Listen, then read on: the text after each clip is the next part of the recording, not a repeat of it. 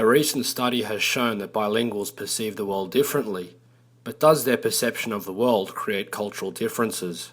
Having arrived as an immigrant from Egypt 50 years ago, Isa Saeed still finds herself adapting to the Australian culture.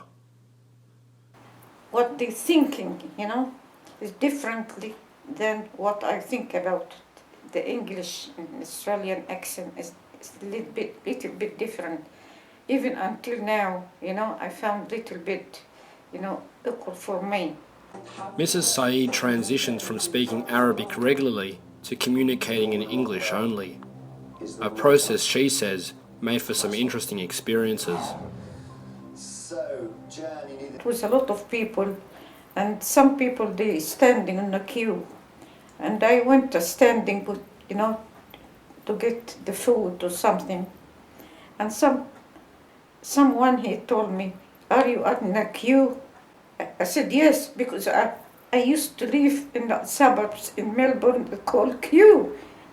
For Mani Al-Shamsi, the lure of playing football in Brazil was one that taught him several lessons. It's a big deal being part of Premier Camisa who compete in Serie B to Paulista. When you're adapting to a certain environment, it makes you vulnerable to a lot of things. And you have to be vulnerable to learn. The way that I learned Portuguese is practically just by listening.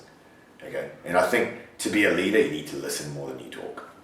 Mr. Al-Shamsi's journey as an individual who only spoke English to one who learned Portuguese was challenging. He recalls one occasion where his newfound bilingualism caused confusion. They would say certain words that are wrong for me to do, but I'll only do them because I think that they meant something in a certain way. So for example, shoot, okay? Shoot means kick the ball. So it could also mean pass. But in English, shoot means shoot. So automatically when someone says shoot and you're like, first instinct is shoot because English is your first language. I used to shoot from anywhere. Jacob Silwanus does not speak a second language. However, he lives in Ashfield, a suburb where 44% of the people speak a language other than English at home, according to the 2011 census. I mean, living in Ashfield, for example, you're surrounded by a lot of Chinese-speaking people. So I guess you notice others are very involved in their culture, and obviously there's a bit of a barrier because you can't speak the language and they're all speaking together. So Mr. Silwanus says that common interests and context can have the final say in a nation full of different languages and cultures. I think music, a big part is where you live in Sydney, your demographic.